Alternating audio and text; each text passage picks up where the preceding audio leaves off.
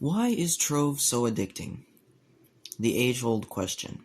The mystery of how the game is so boring and repetitive, yet at the same time something you can't put down. All will be answered here. So to begin, Trove is a sandbox game, meaning there's no end to it, and inherently there's goals that people set and try to reach. But when goals are completed, there's a thing I like to call Trove block that occurs. When Trove block hits, you set the game down after finishing a long-term task or goal, and you stop playing for a long time. However, most eventually come back with newfound motivation, new goal, and the cycle repeats. I'm subject to it, and so is everyone else as far as I can tell. Except for Agony. He's online 24/7 somehow. I suppose his goal is to stay as the top player, but what's our motivation? What are our goals?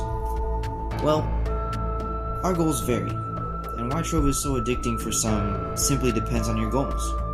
For instance, the user Dago Lambo can't stop talking about how they want to quit Trove, yet they stay because their current goal is to obtain the Fortress Dragon. But what happens once he gets it? His goal will be completed, and he'll take a break from Trove, maybe even not come back. But I, for example, am trying to get the Skyhook gliders in short term, while also trying to get a Watt trophy in the longer term, while also trying to get my club to level 6 in the long term, and finally get every dragon.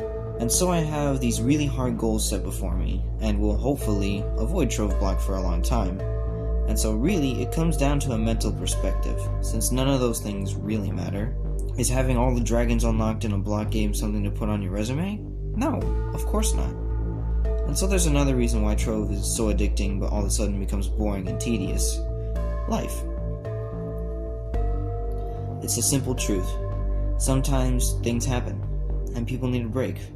For some, losing someone close would warrant a day or two of pause. However, for others, it warrants a lifelong change, one that makes someone put down the game for months.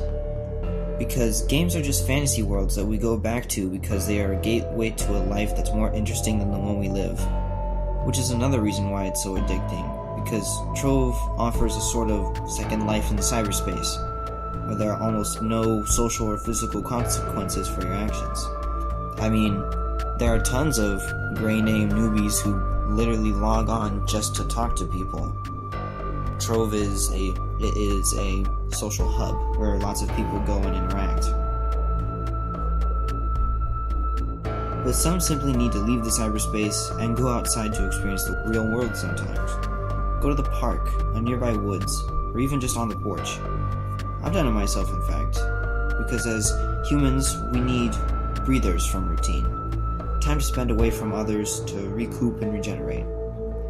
So there's really no shame on Dago for taking a break, nor anyone else. It's something that must be mutually understood.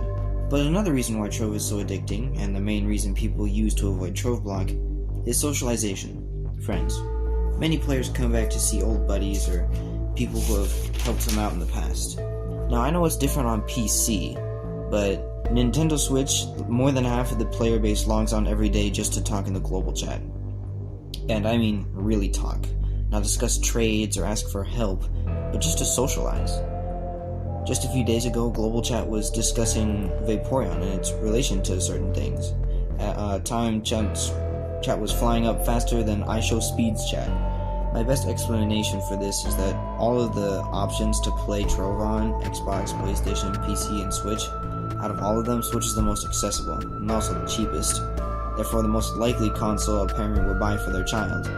And you know parents these days, most are 25 and decide to hand their child a tablet and let the internet raise them. For crying out loud, that's why most gray names use Innistrove as Twitter. It's because they just don't have a phone, and this is the only social interaction that they can get. Which I consider the main reason annoying players like Skytaker or Hoganator keep coming back, yet never getting higher than 10,000 power rank. But that's just about answers the question, why is Trove so addicting? It's because of two things: goals and socialization, the two most satisfying things Trove can offer. But it's also important to remember that sometimes you need to take a break, because in the end, you don't get to take your Gonda with you to heaven. But really, it just comes down to you and your choices. It's you who decides whether to take a break or not. Sometimes Trove just becomes a toxic place where people like It's the New Guy log on just to cyberbully for no rational reason. So I urge you, in fact, try taking a break sometime, and realize that you clicked on this video for Trove stimulation, and Trove perhaps governs more than your life than it should. And to the grey names who go on just to spam or ask for sexual intercourse on a block game, just know that one day your parents will look over your shoulder and ask, "What are you doing?" And I'll sit here laughing, because the fact that you need Trove to pull really says something about how ugly and desperate you must be IRL. Thank you for watching this video. It took a really long time to make, so consider subscribing so I can have the motivation to produce higher quality videos and bring my message to more people.